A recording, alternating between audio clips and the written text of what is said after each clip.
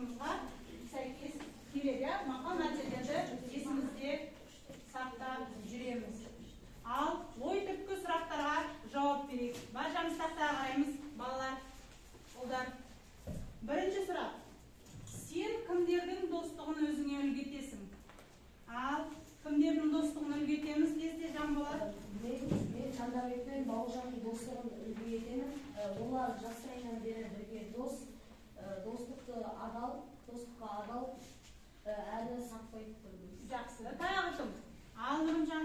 Мен өзіме Алима мен Арайдың достығын үлгі етемін. Себебі олар бір-бірін сатпайды, бір-бірін үнемі қолдап жүреді. Жақсы, қолдау білдіреді. Тағы да. Ал Көкен Алина. Мен Алиманың достығын үлгі етемін. Өйткені олар кішігірімізден бері дос, әрі бір сыныпта оқиды. Жақсы. Тағы да ой қосатындар бар ма? Жақсы. Олай болса екінші сұраққа кеттік. Қандай ол адамдардың достығын білесіңдер? Өткен жолы мен сендерге толық ашып түсіндірген болатынбыз. Сол жайлы бейнебаян тамашаладық. Қандай ол адамдардың достығын білеміз? Тез. Ал қарай. Мен Шоқан Алиханов пен Федор Достоевскийдің достығын білемін. 19 ғасырдың соңында қазақ пен орыс ойшылдарының арасында достық нығая түсті. Оның бірі Шоқан Алиханов пен Федор Достоевский. Шоқан өз досынан 15 жасқа кіші. Олар достық жасқа қарамайды деп біледі. Шоқан өз ауылынан Түркістанға кеткен кезде 6 жыл бойы өз досымен хат алмасып отырған. Шоқан 3 тұстадан қайтыс болғаннан кейін Федор өзінің әйелі Достоевскаяға мына сандықты көрдің бе? Бұл менің досым Шоқанның берген сыйлығы. Мен бұл сандыққа 6 жыл бойы жазған хатымды сақтағанмын деп жауап берген. Жақсы. Ал тағы да ол адамдардың достығы Айзада. Шыңғыс Айтматов пен Мұхтар Шахановтың достығы 1698 жылы Мәскеуде жас ақындар шеруі өткен кезде қырғыз ақыны Шолы Мамытов Мұхтар Шаханов пен Шыңғыс Айтматовты таныстырды. Содан кейін ақын мен жазушы айырылмастай дос болды. Тағы да Диана. Шыңғыс Айтматов пен Мұхтар Шахановтың достығы. Қос бауырлас халықтың достығы ұлы тұлғалардың достығынан байқалады. Мұхтар Шаханов пен Шыңғыс Айтматовтың үндестігі әдебиетте қос бәйтерек достығы ретінде көрсек атауымен қалды. Атауымен қалды. Ал жақсы. Тағы кім? Айзере. Абай мен орыс зиялысы Евгений Михайлис 19 ғасырдың 70 жылдарында Семей қоғамдық кітапханасында танысқан. Бұл кездесу жайлы Асан Омаров, абайтанушы ғалым, өзінің зерттеуінде Михайлис өзіне керек кітапты келіп іздеп тұрғанда абайда сол жерде Толстойдың кітабын сұрап тұр екен. Михайлиске қазағының бұндай кітап сұрап тұрғаны таңсық көрініп, ол саған Толстой неге керек деп сұрағанда, маған соның кітабын іздеп келіп тұрмын деген жайын айтып, екеуі кітапханадан бірге шығып, әңгімелесіп кетіп, рухани достарға айналады. Жақсы, рухани достарға айналады. Біраз ұлы тұлғалардың достығымен біз таныс екенбіз, иә? Жақсы.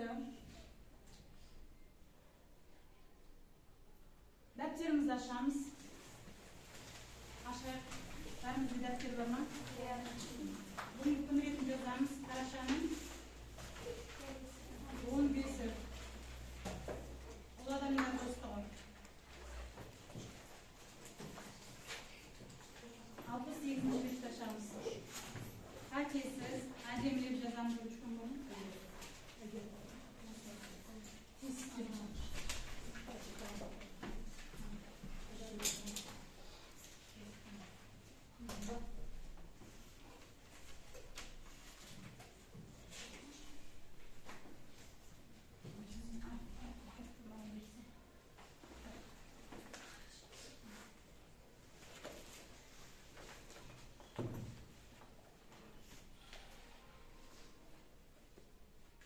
Sınıf жұмысы. Ұлы адамдар достығы.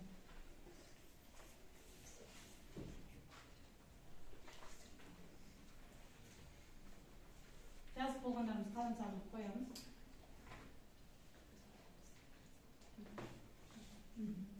Бүгінгі сабағымыздың мақсатымен таныс болайық. Білім алушылар, яғни біз бүгін не істейміз? Мәтіннен деректер келтіре отырып, проблемалық сұрақтарға дәлелді жауап келтіреміз, жауабымызды береміз. Өз жауабымызды өзге оқушылармен не істейміз? Салыстырамыз және де талдайтын боламыз. Сондай-ақ тілдік бағдар бойынша еліктеуіш сөздердің мәнмәтіндегі қолданысын түсінетін боламыз. Біз тілдік бағдар бойынша өткен жолы мен сіздерге түсіндірген болатын. Еліктеу сөздер дегеніміз не? Қазақ тілінде еліктеу сөздер бар ғой? Табиғатта ұшырасатын алуан түрлі заттардың құбылыстардың қақтығысында пайда болатын сөздерді еліктеу сөздер деп атаймыз. Еліктеуіш сөздер дейміз. Жалпы еліктеу сөздер нешеге бөлінеді? Екіге бөлінеді. Екіге бөлінеді. Қандай? Еліктеуіш сөздерді жаңа ғана түсіндік. Ал мысалы кім айтады еліктеуіш сөздерге? Мысалы Тарс етті, көрсетті, тырс етті. Жақсы. Екінші түрі бейнелеуіш сөздер дегеніміз не? Ал сезім. бейнелеу сөздерде табиғатта кездесетін құбылыстар мен заттардың бейне көріністері. Мысалы жарық жұрт, магма. Мысалы бейне көріністері. Яғни біз не істейміз? Көзбен көру арқылы не істейміз? Көзбен көру арқылы табиғаттың құбылыстарын бейнелейтін сөздерді біз бейнелеуіш сөздер дейміз. Жаңа айттық, ербең, маң деген сияқты. Жақсы. Олай болса біз балалар оқулығымызды ашамыз, 70-ші бетте 5-ші тапсырманы орындаймыз. Аштық па? Берілген кім оқиды? Диана оқушы берілген. Төменде берілген еліктеуіш сөздерде әуелі дара, сосын қосарлап, жұмсап сөйлем құрайды. Сөйлемдер құраймыз, яғни кітаппен жұмыс. Міне 5-ші тапсырма, жеке жұмыс, әрқайсымыз дәптерімізге сөйлем құраймыз. Әуелі дара дедік. Екінші қосарлап қолданамыз. Дескрипторлар, жалпы балалар 3 балл беремін. Мен сендерге мегами әдісі бойынша бағалау парақшаларын тараттым. Білеміз ғой мегами әдісін, не істейміз? Дескриптор бойынша әркім өз-өзімізді бағалап отырамыз. Міне, дескриптор тақтада тұр. Тапсырма бойынша еліктеуіш сөздерді, еліктеуіш дара сөздерге сөйлем құрасақ 1 балл беріледі. Егер қосарлы сөздерге сөйлем құрасақ 1 балл. Және де біз орфографиялық норманы міндетті түрде сақтаймыз. 1 балл берілетін болады. Тез 2 минут уақыт беремін.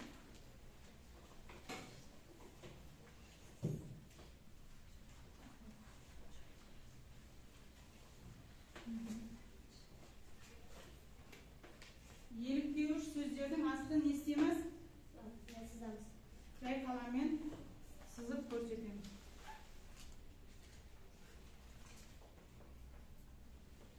Мен дәптеріміз жоқ.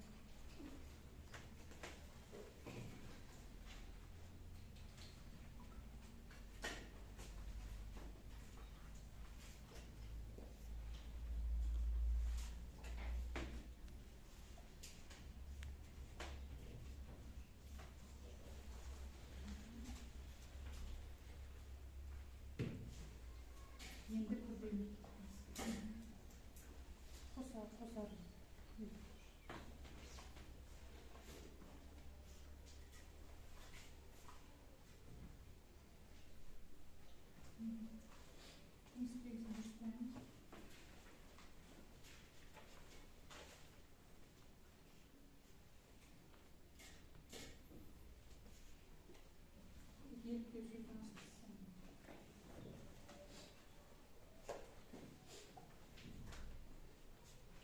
Вақыт аяп қалды.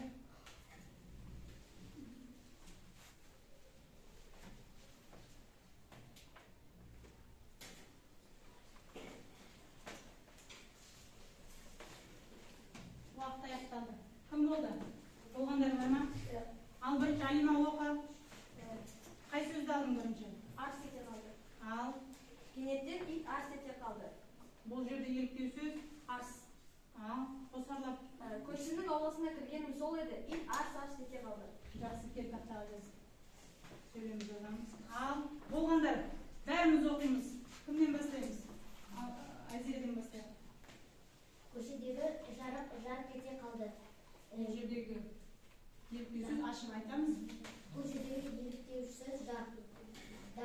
Менің көршімнің үйінің жарығы жарық ете қалды. Жарқыз еліктеуіш пе, еліктеуіш пе? Еліктеуіш? Құлағымызбен естеміз бе? Жарқылы көреміз, бейнелеуіш. Күмп етіп жер дірілдеді. Дара, қазан күмп етіп қайнап ас дайын деді апам. Қайсы дара, қайсы қосарлы? Дара, күмп етіп жер дірілдеді. Күмп қосарлы ма, дара ма? Қосарлы. Неге дара деп тұрмыз? Екінші. Қазан күмп етіп қайнап ас дайын деді апам. Жақсы. Еліктеу сөздер күмп, иә? Айына жазыңдар. Тез. Қайсын жазыңдар? Неманы жазыңдар? Жазғаныңды оқышы, нешеуін жазыңдар? Сөйтіп, еткен нәрсені бері кетші дейген кейін. Көрден тырсыр етіп су тамшылап жатыр. Жақсы. Бұл қосарлы еліктеу сөздер. Оның дауысы күркілдеді. Суық тигендіктен күрк етіп жөтелуде. Болды, бір-бірден. Арғы бөлмеде бірдеңе тырс ете қалды. Еліктеуіш тағы. Жақсы. Тоқтардың сөзін армыжан. Айдос жаңалықты естіп мырс күлді. Бөлменің ішінде мырс еткен. Қайсы дара, қайсы қосарлы сөзі? Мырс Дара. Мырс күлді. Қосарлы.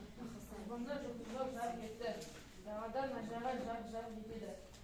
Жарқ дара сөз, жарқ күзей сөз. Қосарлы. Қатты дауыстар самал селт етіп қалды. Көзі үзінден жүктер селт етіп келді. Жақсы, арай. Еліктеу сөздері. Оның ішінде сөз, тырс-тырс, қосарлы сөз. Түнде даладан тырс-тырс еткен дауыс шықты. Жақсы, Алима, сөйлемін жаз. Тамер. Ас етіп береді. Бұл жерде еліктеу сөз. Ас. Күрделігі жазбадың ба? Сонда өзіңе бір бал. Самардың үйінде иті ас етті. Азаматтың үйіне кіргенде тарс етті. Жақсы. Оқымағандай Асия. Баласы жаңалықтарда естіп мырс күлді. Үйдің ішінде мырс-мырс еткен дыбыстар естілді. Мырс дара, мырс-мырс қосарлы. Біреуің ғана өзіңе бір бал. Азамат, сен оқышы неше Суға секірген бақал салып дыбыс шығарды. Жел соққанда жапырақтар жел тұрды. Сенде екеуде қосарлы, дара жоқ, сондықтан бір бал.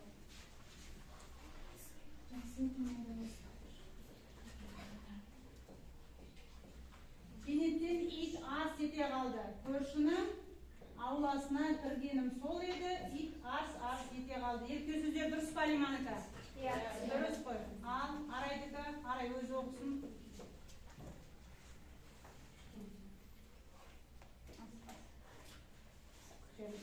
Түнде даладан тырс-тырс еткен дауыстар шықты. Тас жерге тырс етіп түсті. Қосарлы сөз тырс-тырс, дара сөз тырс. Арайдікі дұрыс па, балалар? Жақсы. Сенің тақтаған көпкен жазбайыз. Жақсы. Әркім өз бағасын бояды ма?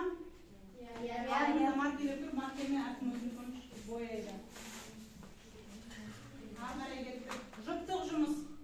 Бірінші жұп Айзеремен Айзада, Нұрымжанмен Бексұлтан, Араймен Жандарбек. Екінші жұп, үшінші жұп. Екеуің. Екінші жұп, сендер үшеуің, үшінші жұп. Түсінікті ғой? Екінші жұп, Алима, Диана үшеуің, үшінші жұп. Түсінікті ғой? Азамат, сендер үшеуің, үшінші жұп боласың. Ал жұп тапсырмаларды бәріміз тақтаға қараймыз, түсініп алайық. Түсініп алайық. Бірінші жұптың тапсырмасы. Дос табу қиын, ал оны сақтау одан да қиын. Диалог құрастырамыз. Тез. 1 минут уақыт берем. Бірінші топ бастадық. Екінші топ. Екінші жұп.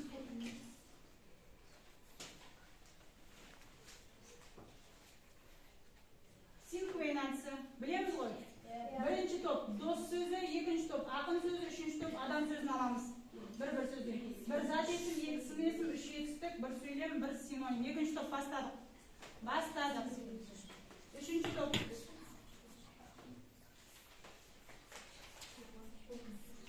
Тұжырымдамалық карта. Үшінші топ.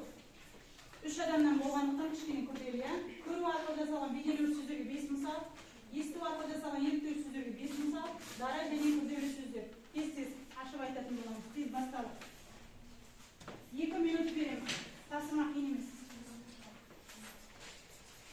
33 кепті, 35-те тапсырманы аяқтаймыз.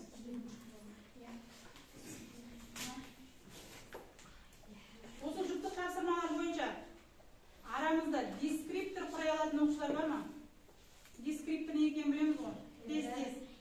Ал кім айтады? Кімге қай тапсырмаға қанша балл берсек болады? Балдар. Ал норманы сақтау 1 балл. Ал тағы да тез. Дескриптор құраймыз балдар. Тағы да? Тұрғайды. Тапсырманы ал 2 балл берді самғат. Ал тағы да? Диана? Ауызша тапсырмаға 2 балл. Ауызша ойын жақсы толық жеткізе алса. Тапсырманы ережеге сай орындаса 1 балл. Жақсы. Ал енді дескрипторын көрейік балалар. Дескриптор 2 балл бердім, себебі оңай. Ережеге сай тапсырманы орындасақ 1 балл, өз ойын ашық жеткізе алса 1 балл. Бастап.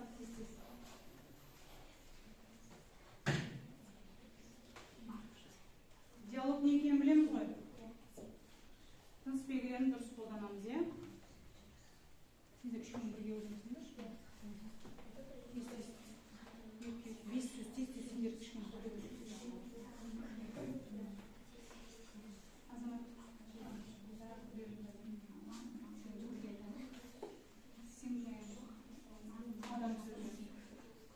адам істейді. Адам қандай? Адам істейді, жас істейді адам. Сендер қандай сөздер екінші? Екеуің қашты өтсін, ақын қандай? Ақын қандай? Жақсы тағы. Қандай деген сұраққа жауап беріңіз. Жақсы. Қандай ақын? Қандай болады? Ақын қандай болады? Мейірімді алып. Үшінші ақын істейді. Сендер қандай? Дос сөз ма? Дос қандай? Сен өзің жүгіңмен осынан жүрсің. Сен жүгің ба? Досың істейді. Екеуің бір дәптер жүреді. Досың істейді.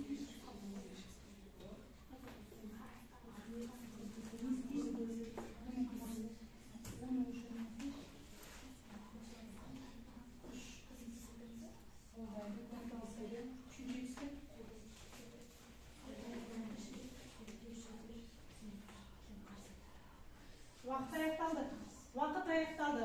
Болды, доғырамыз. Диалог дайын ба бірінші топ? Бірінші жұп. Диалог дайын ба бірінші топ? Бірінші жұп. Транс жұп. Ал, тез.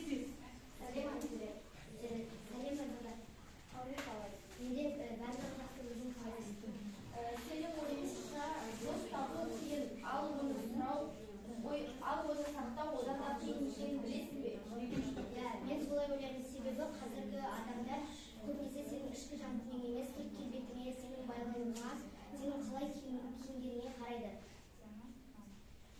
Дұрыс айтасың. Мен достың келбетіне қарамаймын, оның ішкі жан дүниесіне мән беремін. Жақсы. Ал, келin.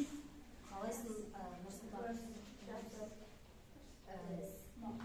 Сен өмірде қандай достар таптың? Мен өзіме өте көп дос таптым. Өмірде адал дос табу қиын ба?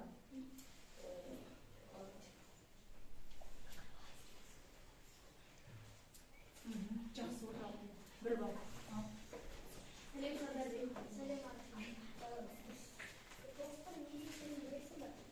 Әрине білемін. Дос ол сенің бауырмашыл, өзіңнің бауырындай болып кеткен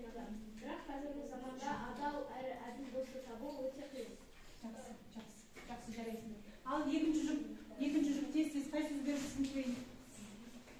Тез жылдам болған. Зат есім дос, сын екі сын есім дос қандай? Дос не істейді? Ал етістік? Сөйлем. Сөйлем құрамадыңдар ма? Бір бал отырыңдар, жақсы. Толық емес.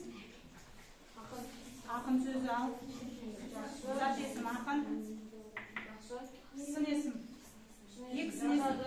Жоқ. Екі сын есім. Жақсы және мейірімді ал. Үш етістік. Жазады, айтады, Оқиды. Сөйлемді айтыңдар ма? Жақсы, онда бір бал. Үшінші. Қандай сөз берілді? Адам. Адам қандай?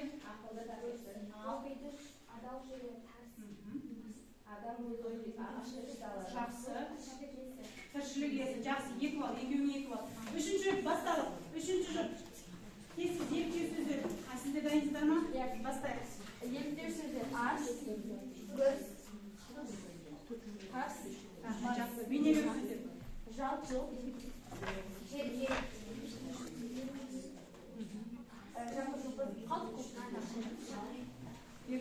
Баста дайынсыз ба? Дайынсыз ба? Нешеу жаздыңдар? Оқимыз. Онда сендерге үшеуіне бал жоқ. Дайындыңыз ба? Дайынбыз ба? Жақсы, онда бал жоқ. Сынатып. Үшінші жұп. Дайынбыз ба? Тұрамыз. Екеуін тұрамыз. Ал. Бірінші топ. Бексұлтан. Дара сөздер. Еліктеу сөздер ма? Еліктеуш. Бейнелеуш сөздер ал.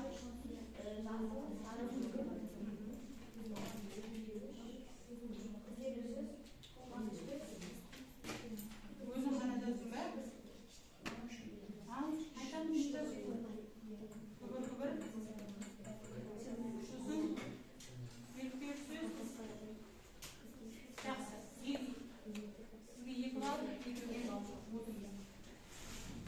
Келесі тапсырма. Топтық жұмыс балалар. Сергіту сәті. Тақтаға қараймыз. Оқыл әдісі бойынша мына жерде еліктеуіш бейнелеу сөздер аралас берілген. Соны не істейміз? Орнына тез жайғастыратын боламыз. Дайынбыз ба?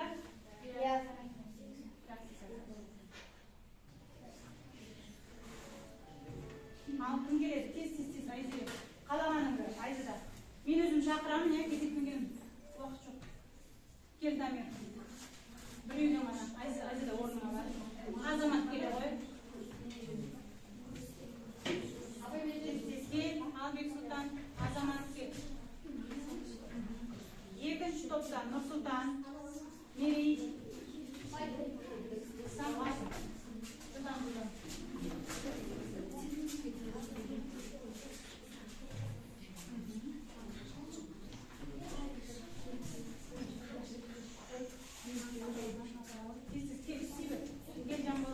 Шықпағанда шығады балалар, е?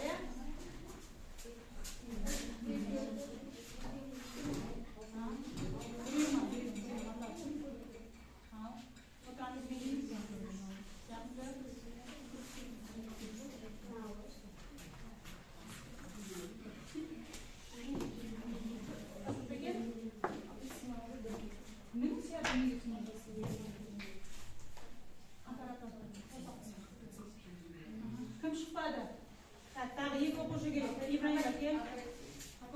Көкеналина кел. Кел, қатеңіз. Кел ағай. Жалт, жұлт. Бейнелеуіш па, еліктеуіш па? Өте дұрыс айтасың, Дамир. Салдыр гүлдір кім келеді? Аға кел. Тез. Салдыр гүлдір. Салдыр гүлдір бейнелеуіш па? Еліктеуішке біреуін қате жібердіңдер. Ал, ерген. Қатемізді тексерейік. Гүрс, шыр, қытыр, тас. Дұрыс. Ал, бөлік, ербең. Бізде бейнелеуіш сөз кетеді. Бейнелеуіш сөзде бір қате кеткен бізде. Жақсы ма?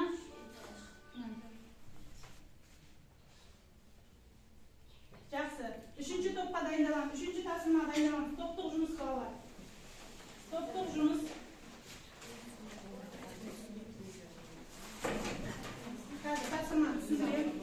Ортадағы дүниелер кішкене топпен жұмыс жасаймыз.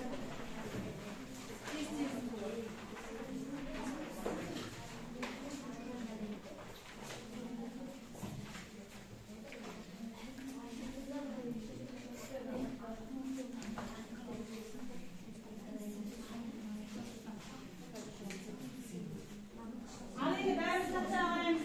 Балалар топтық жұмыспен таныстық. Бірінші отырамыз. Топтық жұмыспен. Екі мәтінді оқып, мен сіздерге қазір міне екі мәтінді таратамын. Екеуі екі түрлі мәтін, Алима. Екі мәтінді таратамын. Оқимыз, салыстырамыз. Айырмашылықтарын табамыз. Екі бағана бөліп жазатын боламыз.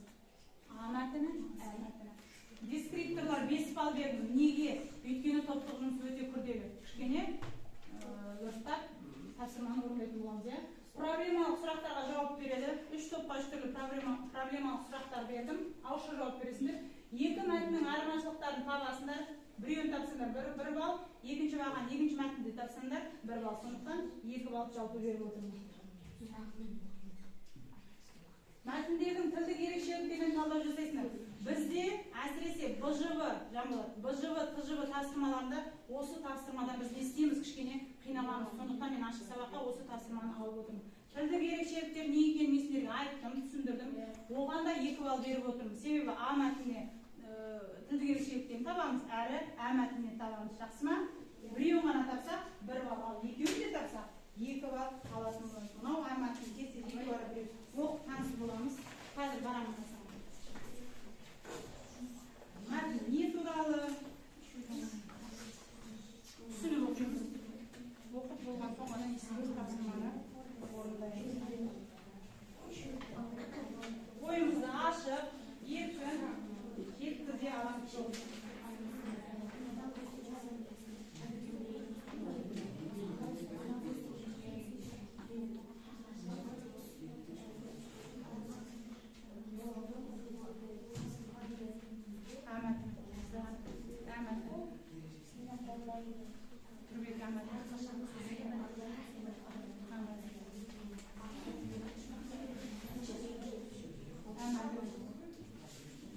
Сұрақ ауышқан.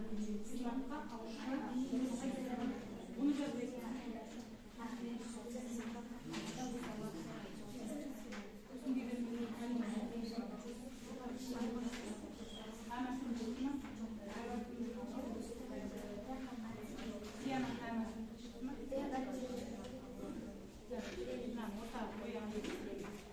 Toppen жұмыс жасаймыз.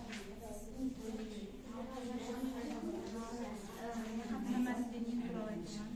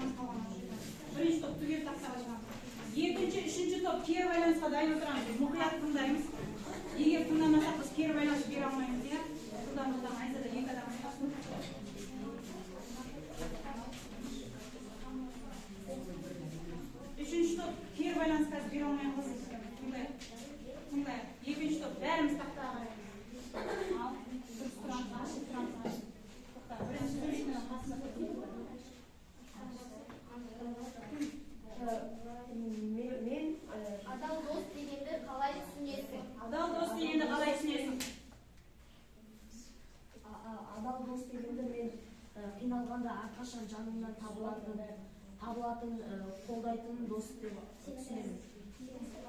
Ал мен адал дос дегенді әрқашан да жаныңнан табылады және өз-өзіңді ол сені әрқашан да қолдайтын деп түсінемін.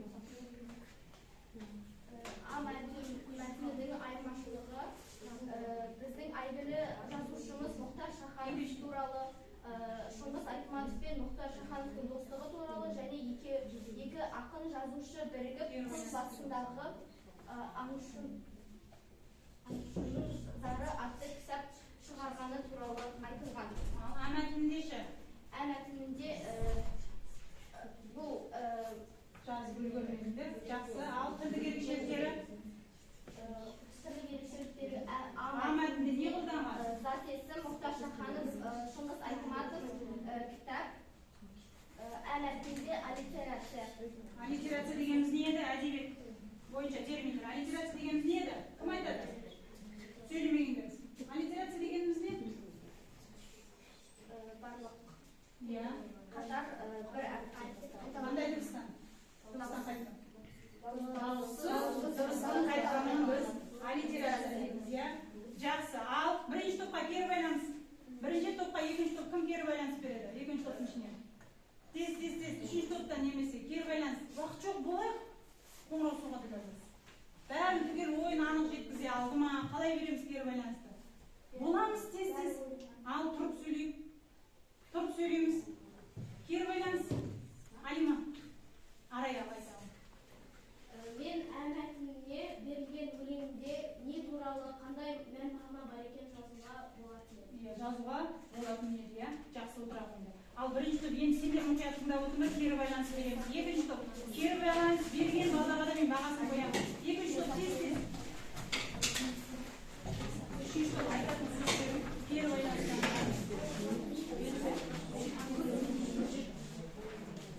Дұрыс тұрамыз. Алима сұрақ болған. Бірінші топ.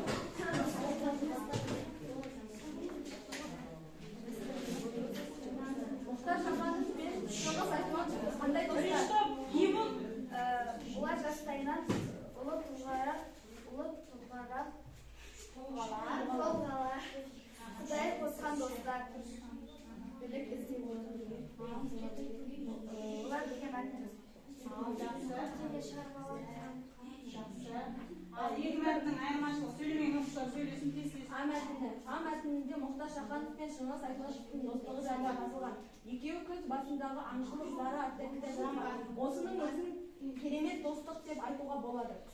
Мәтіні. Мәтінін кім айтады? Досты дұрыс қандай білуді үйретеді. Адам өз досына өлең айтып жатыр. Мәтіннің өлеңін аты кім екен?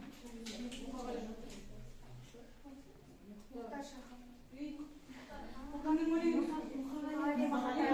Ал тілдік ерекшеліктен сөйлемеген оқушылар. Зат есім жалқы есім сын есім. Жақсы. Ал Нұрымжан?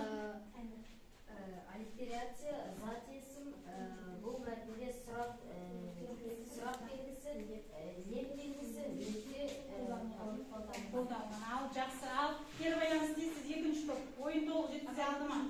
Ал Айзада? А және А мәтініндегі тілдік ерекшеліктерінде дәлел болған жоқ.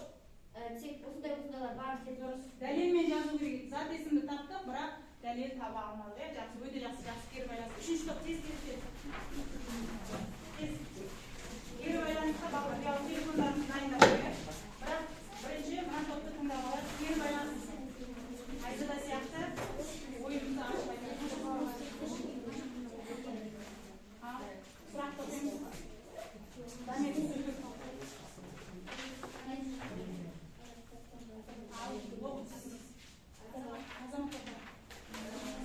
Мұхтар Шаханов туралы мәлімет берген. Бұл мәтіні бізге берген тақырып Шыңғыс Айтматов деген қазақ мәдениетіне жақын бөлімдер сондағы.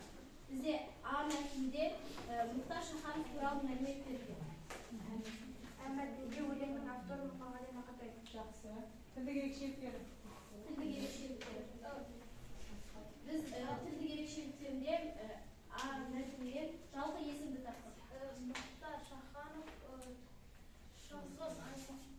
Айтматов және әуезов, иә? Бұл бізде жалпы есімдер. Ал әңгімені кім оқиды? Досым болатын сен досыңнан, досыңа сыйласын қымбаттым.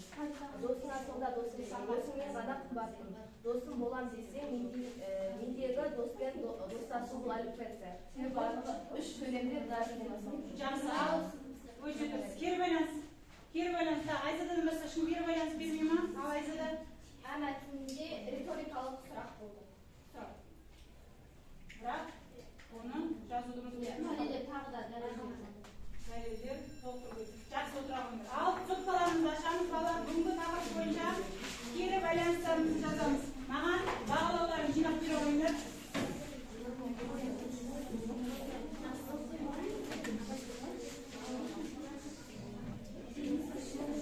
Негами әдісі бойынша тез кері байланыс.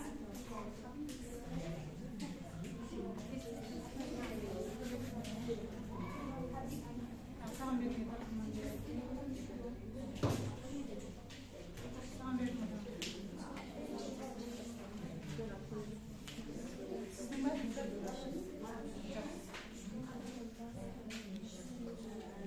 тез кері байланыс балалар.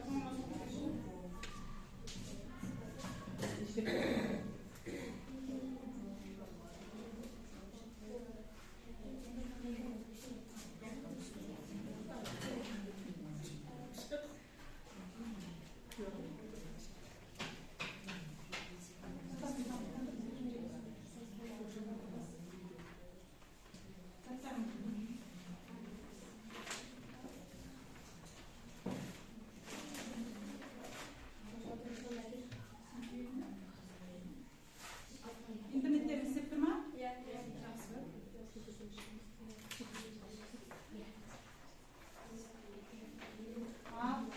Мен бүгін 53 бейнелеуіш қатесі жазған ережесін үйреніп, сабақ маған түсінікті болды. Алима, бұл сабақ өте қызықты болды. Мен 53 бейнелеуіш сөздерді білдім және жұрттық тапсырмалар өте қызық болды. Жақсы жарайсыңдар. Бүгінгі сабақта ұлы ақындардың достығы туралы жаңа мәлімет білдім. Ибраева Алина. Сабақ өте жақсы өтті. Мен бүгінгі сабақта ұлы адамдардың достығы туралы білдім. Шектерген арайлым. Жақсы балалар.